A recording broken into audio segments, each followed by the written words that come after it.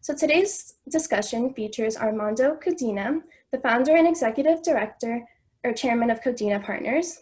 Based in Coral Gables, Florida, Codina Partners and its affiliates represent one of the nation's leading real estate investment and development firms. Mr. Codina is an industry icon and treasure. We are honored to have you here with us today. Leading today's discussion is Manny de Zarraga. Mr. de Zarraga is executive managing director in the investment advisory platform at JLL, a global real estate services firm, and he is a member of JLL's Capital Markets Executive Committee.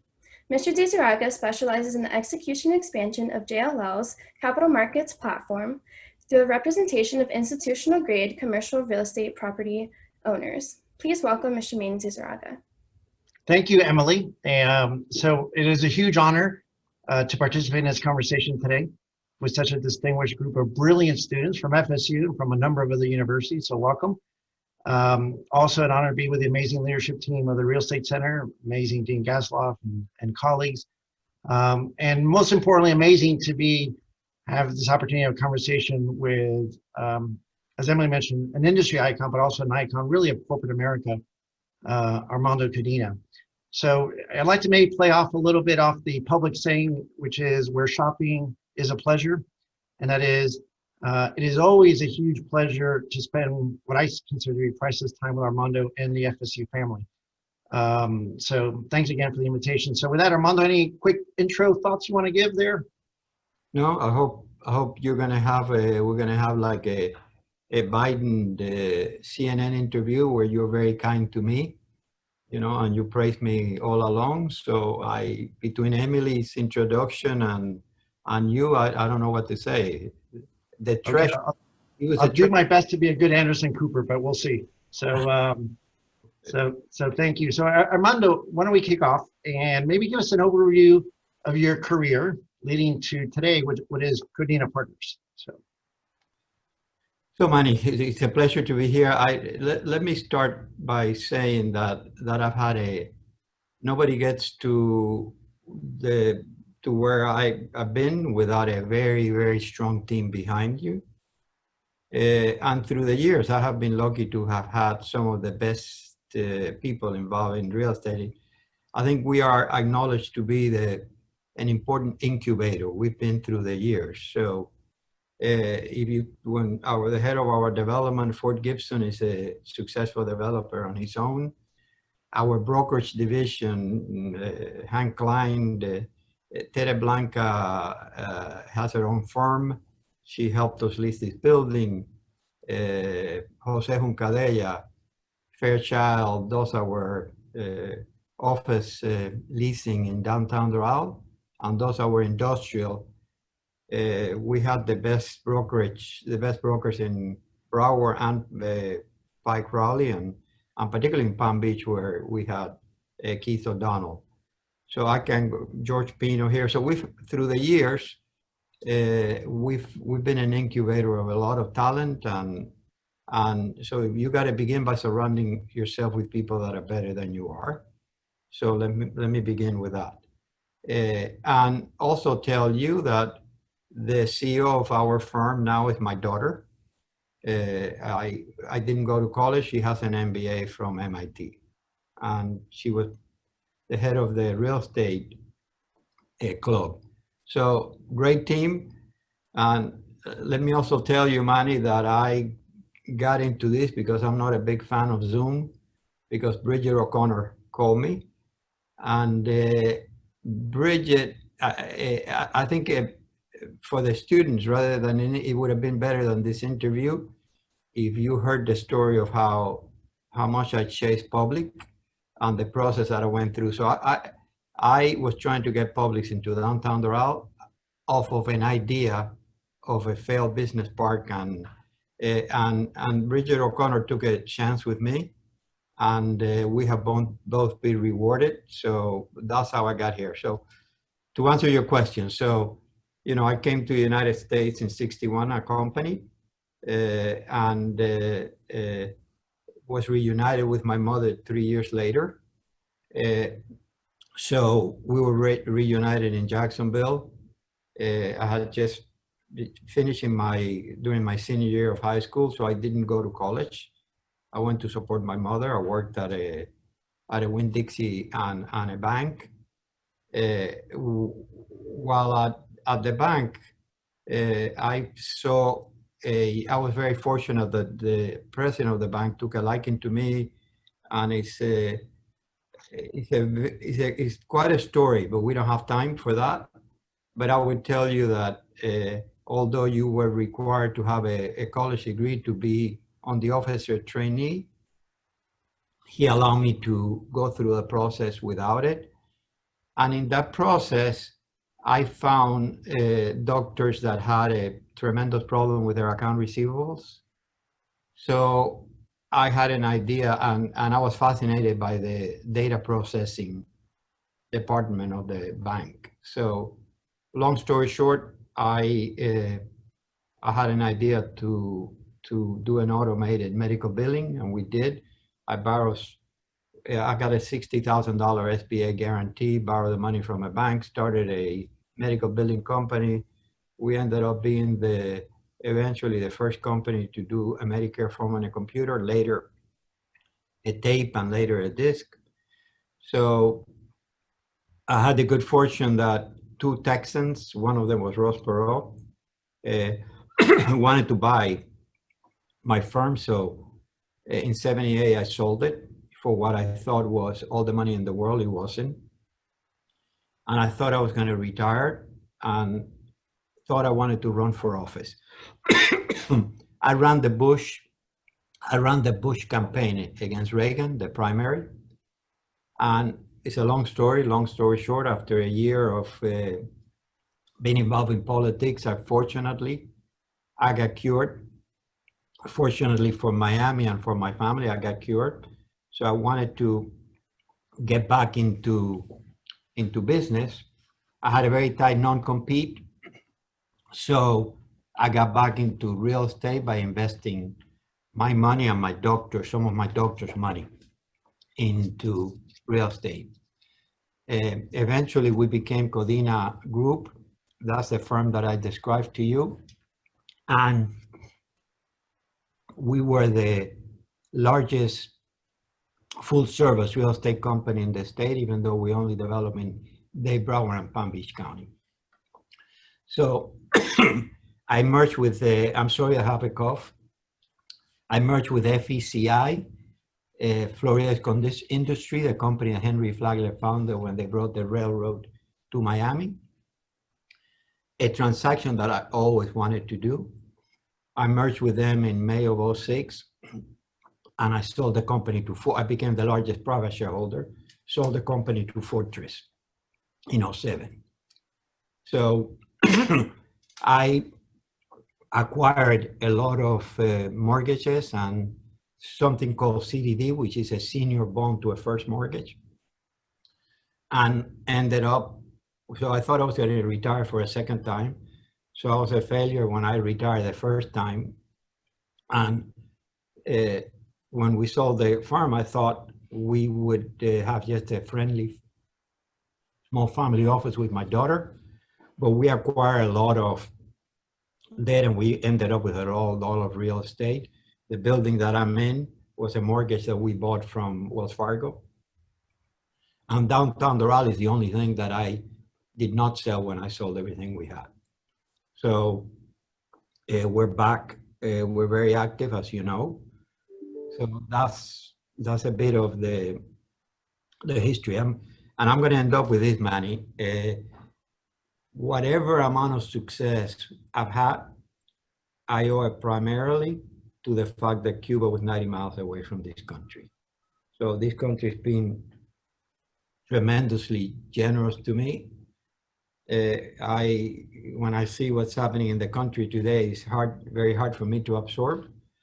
I think we live in the greatest nation on the face of the earth, and I wouldn't be what I am without it. So, and there's a little secret to Armando that I think for all of you that are 21 should know, and which is, I think, a big part of the secret of success. Armando, can you share with the group what you did for lunch every day? Well, running all these companies. And by the way, for some of you may not know, Armando was lead director of American Airlines, Merrill Lynch, just recently stepped down from Home Depot. So when I mention a corporate icon, I really mean it. And but there's a very interesting thing he does for lunch. He would do for lunch. So uh, mm, I don't normally talk about it, but so I grew up with a single mother. My father was a politician in Cuba, but I grew up with a single mother. And so the family life component was very important to me. And I was separated from my mother for 3 years. So when we came to Miami and I began to do well, so I built her a house near the place where, near my house and near the place where we first rented a little place when we came. So when my mother was alive, I used to have lunch with her Monday through Friday. Is that what you mean? So is that what you're asking, Manny? yes, yes. So all of you 21, as you embark in your careers, make sure you have lunch with your mom every day, because look at the secret of success. So if anybody wanted to have lunch with me, it would be at my mama's. exactly. So I want to jump over a little bit. I want to touch a minute. You mentioned FECI, and I was a teeny weeny little shareholder of FECI, which is a railroad and real estate company that you merged your company into. But I want to touch a little bit about the point of timing is everything, because you became the largest shareholder of FECI. It was sold for nearly $4 billion. But talk to us a little bit about timing, the art of a deal and timing and when to sell, because you're pretty good at that. And that was right before the financial crisis that sold for $4 billion. So my ego is not out of proportion. I don't believe in this art of the deal. I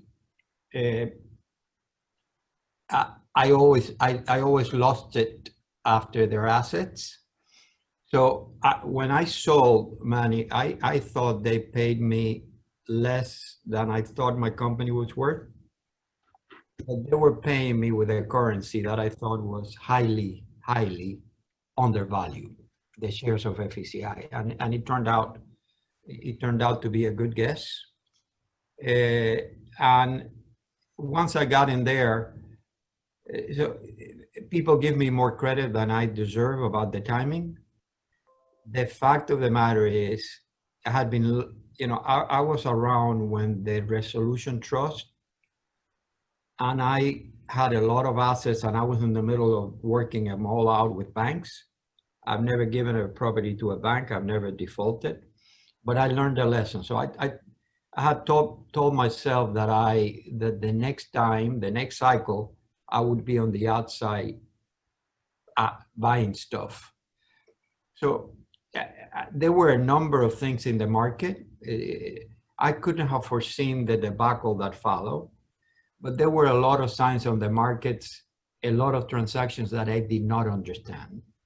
So when I looked at what the money that the banks were given to people who had no experience, the valuations, so I thought to myself, now is the time that it was a good time to, since I didn't understand what was happening, that it was a very good time to sell. So when we merged, their stock was May of 2006 was like 30.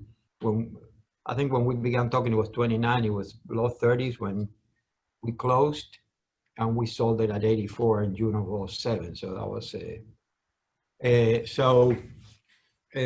I was lucky, and I was looking, and I pay attention to the market.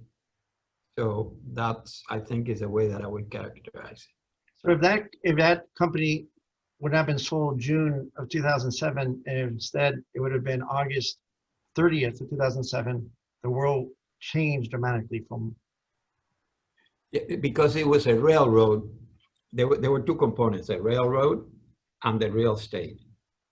The railroad carry a lot of building materials, lime rock from here for building the rocks. That's where a lot of the fine lime rock comes for building roads in the state of Florida.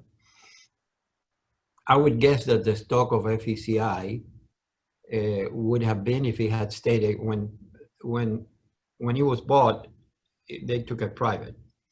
Had FECI stayed public, I think it would have been on the low teens or single digit on that stock. So instead, it got sold at 80 something.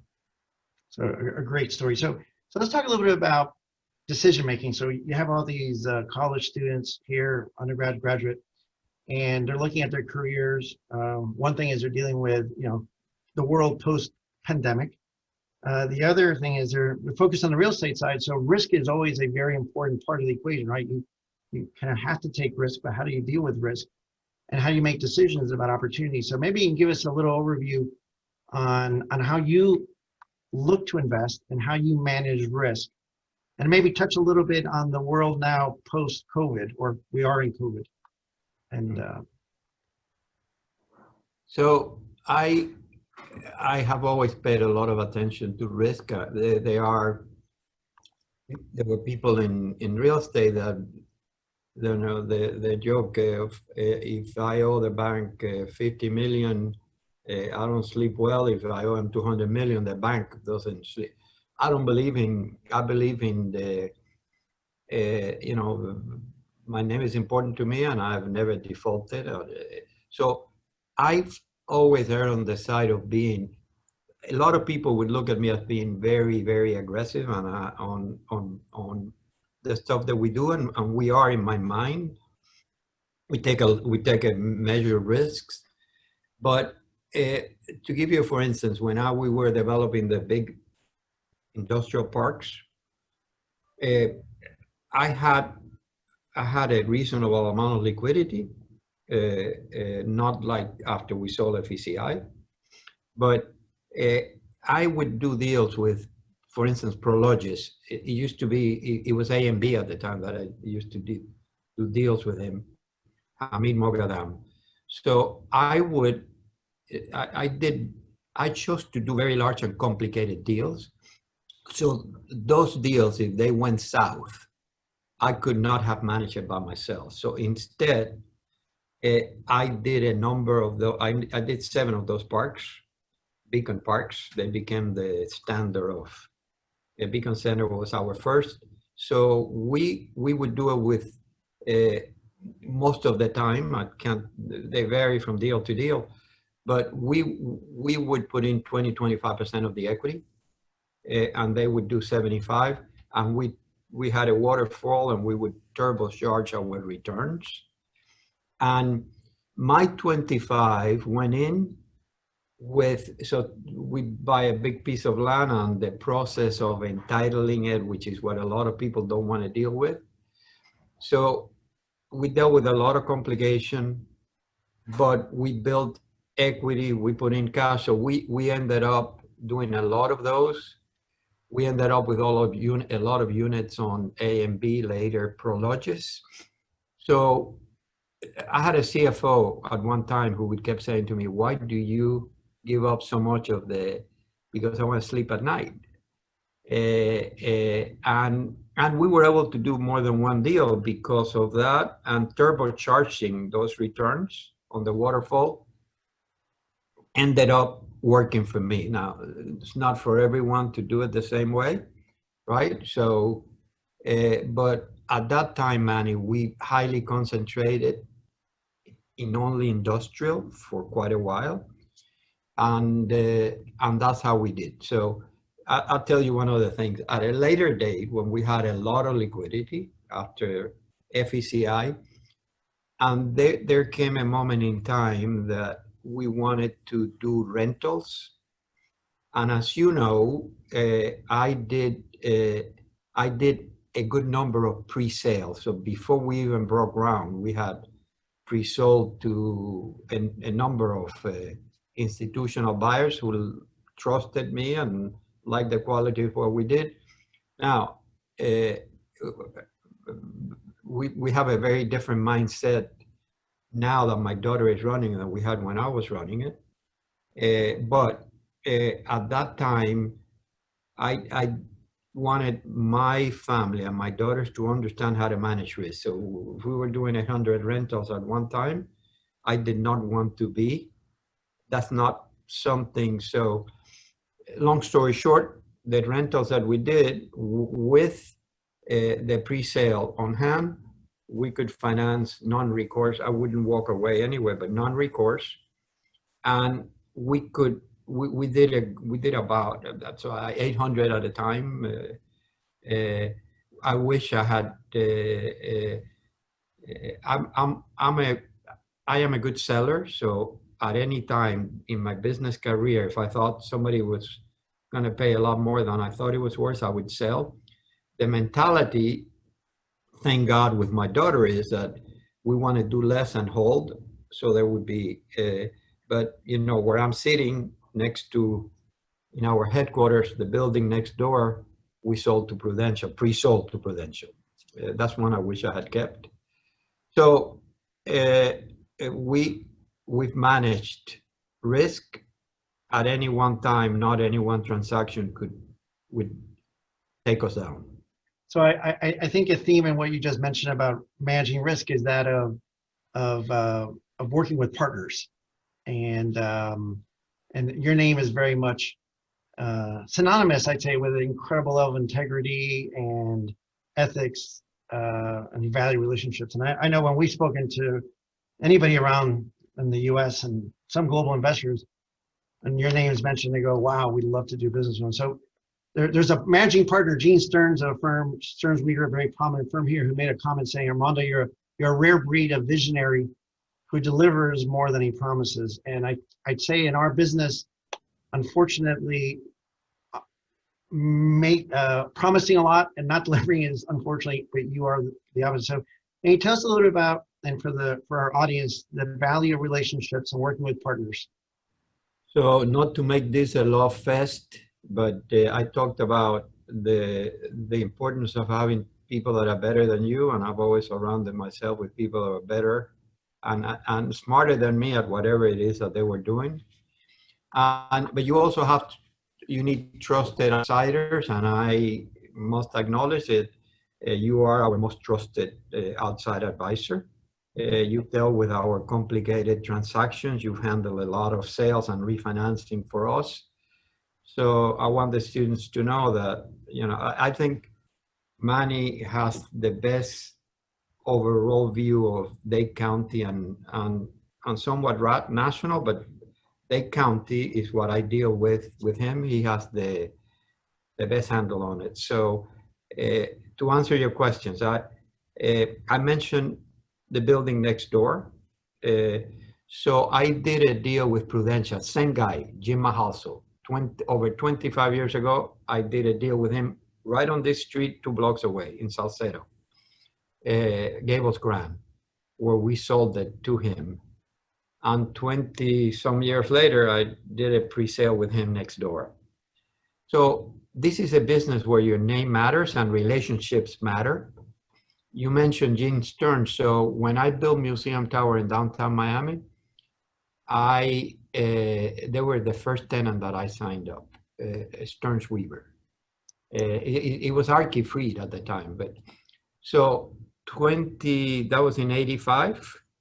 Run the clock forward to 40 years later. I went to them and said, "Hey, I'm doing a building in Coral Gables, and I think you ought to have a satellite office. Look at the traffic." So long story short, I got them here you know, there are too many people in our business that, as you know, burn bridges. So relationships are very, very important, and they do matter. I'm proud that after doing a deal with Publix, that Bridget would call and say, "I'd like you to come and talk because of what I saw in downtown Doral." And she deserves a lot of credit in the sense that there was a lot going on at downtown Doral, in Doral at that time, and downtown Doral now is without a doubt the center of Doral and very successful. And now it would have been easier do a deal, but not at that time. So if students on this call only, the only thing they get is what I just said about relationships and your name, that's So I think yeah. that's a Let me great say one message. last thing, Manny. Let me say one last thing about the model, our model. So this doesn't mean that this is the right way or a better way of doing it than than and what other people do. But in my case, I elected to be very close to home. So I would only develop in Dade County for a long time, right? When the world went south with the Resolution Trust, had I not been so hands-on, I might have had a difficult time paying off all of the debt. So in my case, I'd rather stay local and take what the market gives me. So as you know, we've been involved in residential, but I got the best partner in the world for a home builder, Jim Carr. So if we're going to do multifamily, we brought Burnham. So I stay home and know my market very, very well. You know, so if you're a big retail guy, you do them all over the United States. If you are some condo guys that do them all over and internationally.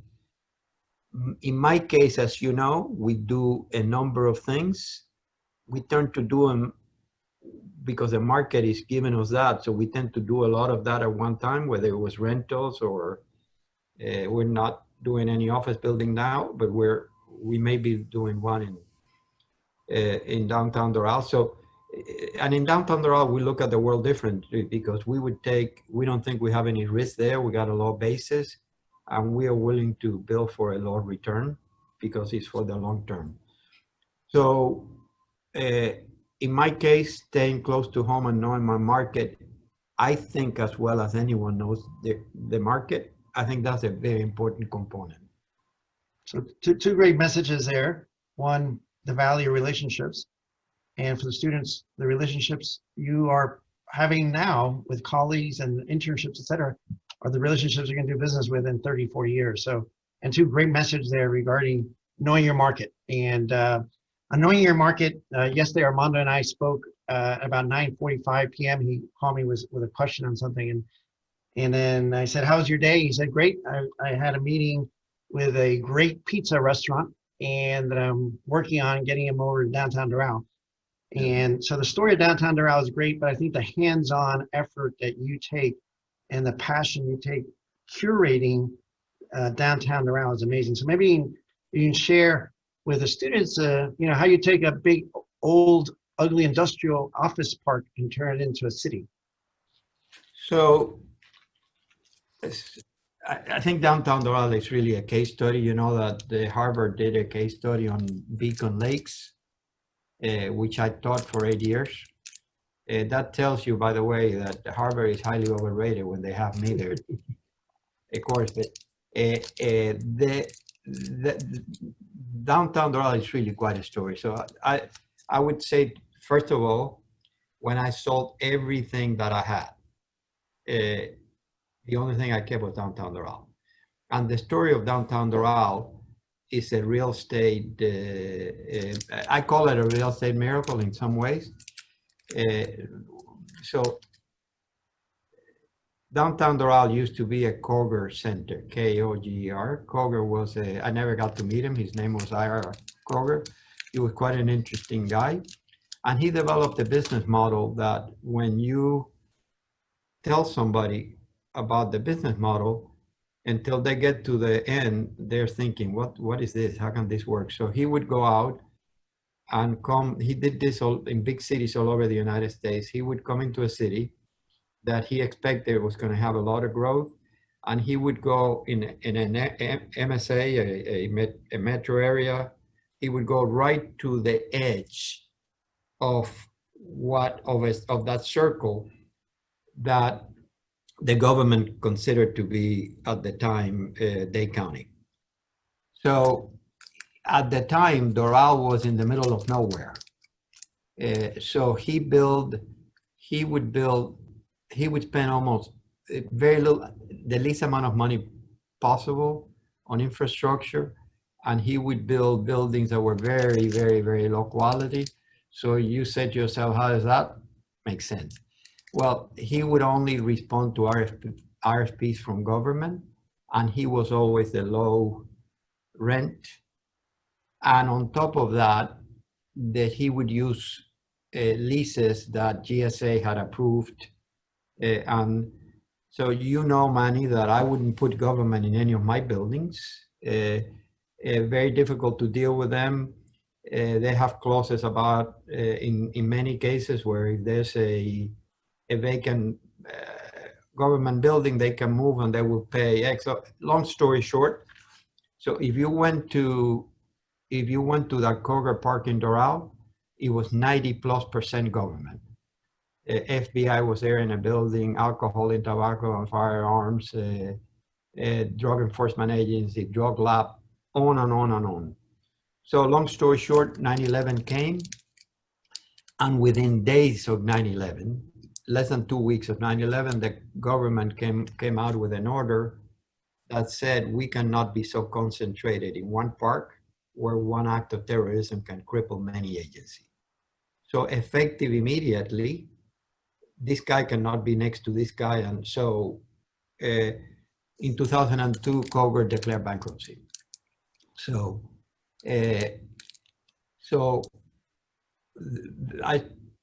other piece of this that we don't have time to discuss is the Miami phenomena of incorporation, where 20-some years ago, the biggest city in Dade County, if you ask most people, they get the answer wrong. The biggest city in Dade County was unincorporated Dade County, right? That's where Doral, Kendall. So the growth of Miami was so rampant that we had a movement to incorporate. Key Biscayne was the first to incorporate, later Pinecrest. It's a long story that merits, it's an interesting story, but we don't have time. So Doral incorporated in 2003. Doral became a city and municipality in 2000. So 2002, 2001 bankruptcy, 2002, 2002 the bankrupt, 2001, 2002 bankruptcy, and then city to be about to become a city. So I looked at that. It was a JP Morgan, which were great partners of ours, and they had a problem. And when nobody wanted to deal with that, I saw it not as a decrepit, bankrupt park, but I saw it as Doral is going to become a city. Well, that's like my arm wanting to become a person. You can't be a person unless you have a heart and a soul. And so 125 acres, all of a sudden, we get to, there were 31 buildings, we've demolished 27. So we started from scratch. Downtown Doral is not a name, it's a designation. So it is now, so we have 250,000 feet of retail. Publix is 65 of that, by the way. And then the other retail, I've been lucky that I have sat at the 50-yard line of corporate America in a number of places.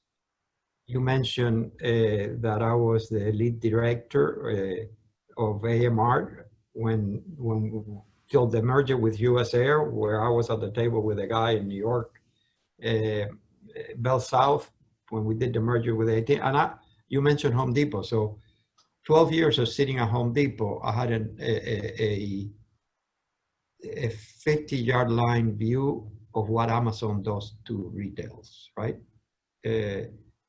Home Depot did very well. We've done very, very well against that. And look at the stock price. If you get a chance, look at Home Depot. But I came out of there and said to myself when we were doing this, I am not going to do any, I'm not smart enough to figure out who the winners and losers are going to be. So I'm going to own the retail downtown Doral. And I don't want any tenants bigger than 10,000 feet. So put Publix as in a separate category. So I don't have, and 50% is going to be restaurants and 50% lifestyle necessities. So we guess right for the times. So I don't have any tenant bigger than 6,000 feet. what we've been able to do even during the pandemic, so because we own both sides of the streets, we closed it, and didn't just close it, we made it a happening. We've brought containers, tents, carpets, furniture. So our numbers are now back to pre-COVID, even though they were at the restaurants at 50%. So 250,000 feet of retail. We're entitled for over 5,000 feet of residential. We don't have time to chat about this, but we added another 130 acres. That's part of the miracle. So 125 contiguous, the white course at Doral became available, and we put them together. So I have the good fortune, we're doing single family there with Jim Carr. But so 250,000 feet of retail, 5,000 units of residential. We have built about 1,500 already. 1.5 million feet of office. We have about 600,000, including City Hall. And we built 2 schools. We began K through 5. It was a huge success. It helped our retail, it helped our absorption quite a lot. It helped up pricing, but even more helped absorption. So we built a middle school and a high school. So, it's a source of pride and love, and so downtown Doral is that's our crown jewel. So you have downtown Doral. It's an amazing live, work, play, study community, etc. But you've had to deal with COVID, and right. And so maybe share your observations, because you had some interesting things happen in downtown Doral as a result of COVID, where you re-looked at the business model, and then maybe your just some brief thoughts as to how you see going forward the investment world, et cetera, and opportunities related to COVID. So we were, nobody was prepared for what has come our way. Who could have predicted? So if you take our retail, I'm very fortunate that I had, God enlightened us we made a decision to not have the big tenants, but even more important,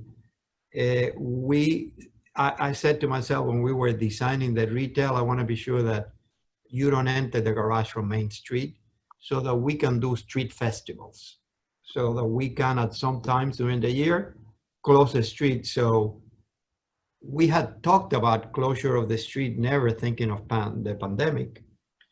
So it's been done in a way that it's attracted more traffic than we ever anticipated, as a byproduct of 2 things. One, when you go there, you feel safe. And safe, I'm not talking about safety, I'm talking about the virus and the way that we've done it. So it is fun. You want to go there with your family.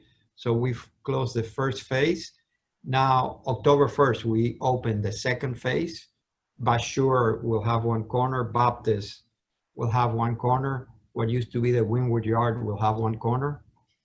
And we're bringing 2 or 3 tenants that we're going to build their space. They're going to be in a container or a truck. So that's been quite helpful. Unfortunately, the other thing that's been helpful is that I think there's a lot of retailers and a lot of restaurants that are not going to come back.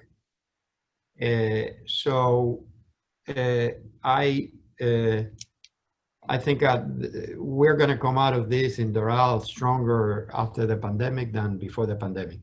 Office is still a challenge, and we will see how that evolves.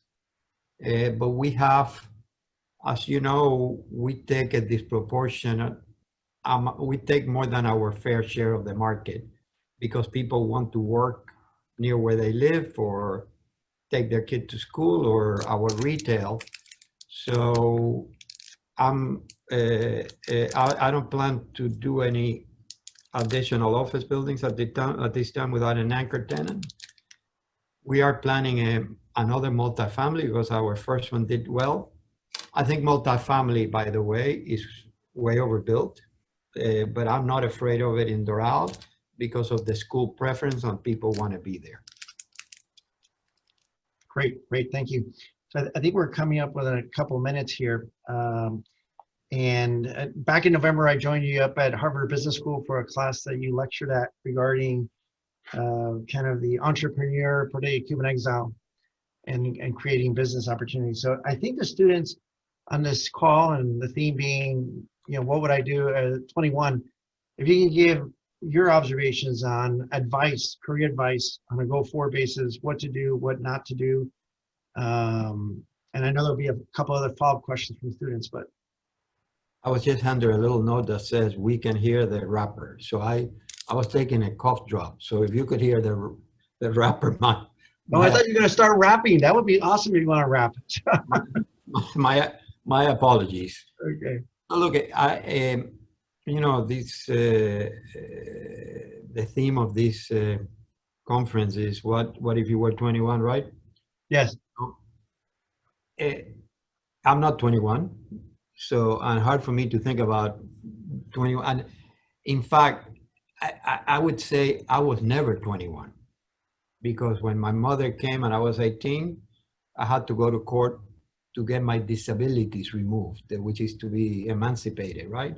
So that you could sign a contract on to rent, and so that you could buy a car and all of that. So I went, so I never even had the college experience. So it's hard for me to put myself in those shoes.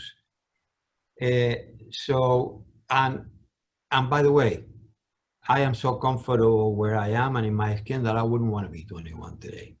And the world is tough. So if I was going to give advice to someone today in the environment that we live in, which is very challenging, very different than, not that our times were not, but I would tell you, first of all, I give you a couple of observations. Number one, I don't like to generalize, and there are exceptions, many exceptions to this rule. But in generally, I think the market that I see, a lot of people come with a lot more of a sense of entitlement and wanting instant gratification about their job and promotions. And so the advice that I would give is two.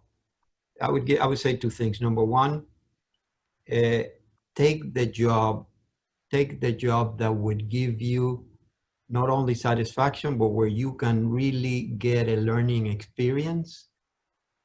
Don't take any shortcuts, and take your time. And if I was if I was coming out and I wanted to get into the real estate industry, I would try to work on a shop like yours, a shop that sees a lot of deals, a variety of deals. So I told my daughter when she graduated and before she went to MBA, go work for somebody else that meets the. So interestingly enough, Manny, my daughter went to work for Stoback, which is a JLL eventually, right? Yep. So she became an analyst. She did so well in New York that when she moved to Boston, they kept her on doing the research. So she started from the ground up. So I would go, you know, it's not like a law firm where it's a sweatshop and you only learn the legal.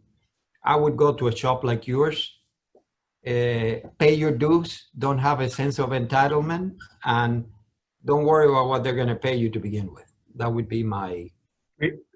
Great advice, Armando. Patience and passion. Yes.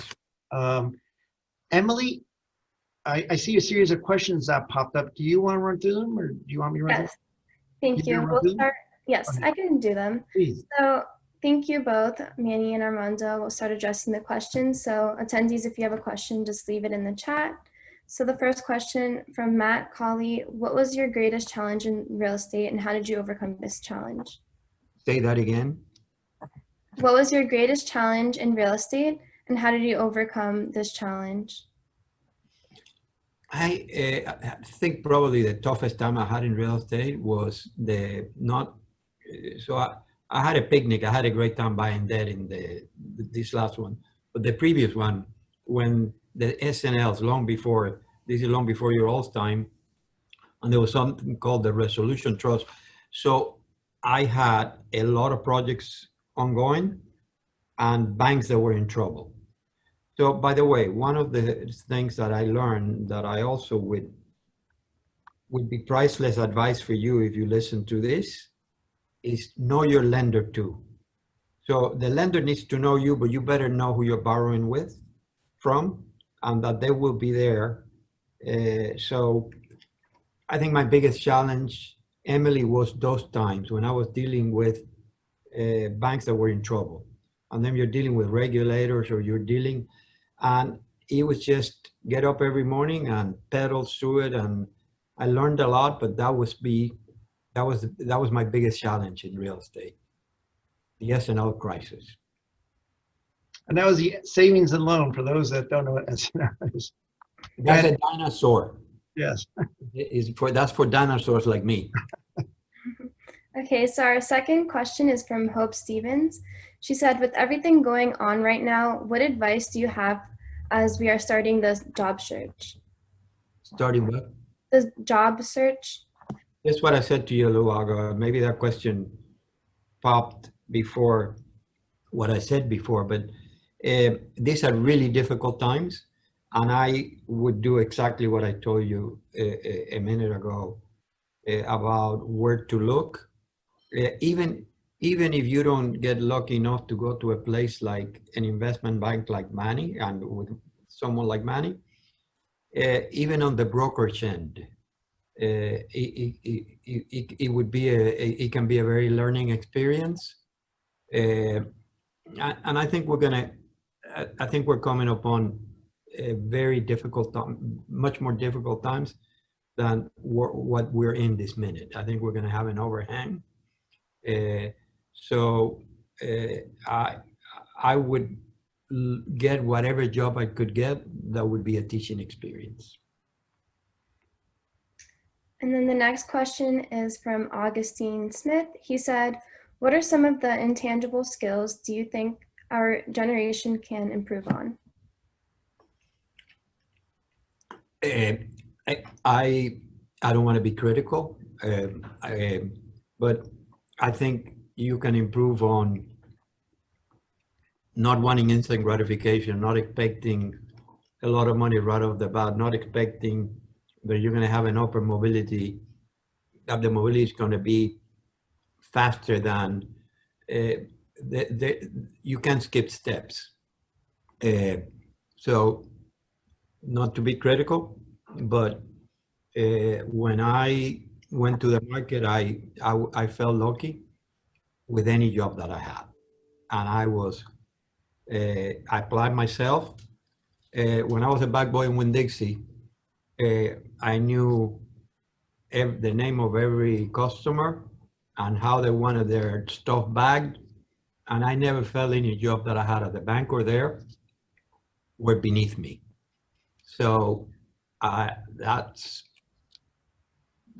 improve on the don't have a sense of entitlement and take whatever job is available. The job market is going to get a little bit more challenging. Okay, I think we have time for one more question. So Armando, you mentioned that some restaurants and other retail companies will not survive COVID. Do you anticipate a severe drop in demand for retail properties? Are you worried about releasing? So that's a very good question. And so if you, I don't know if this would come up in Google, but my guess is yes. So if you Google how many feet of, how many, if you look at the US population and you see how much retail we had, we were way over retail. So it's gonna get rationalized.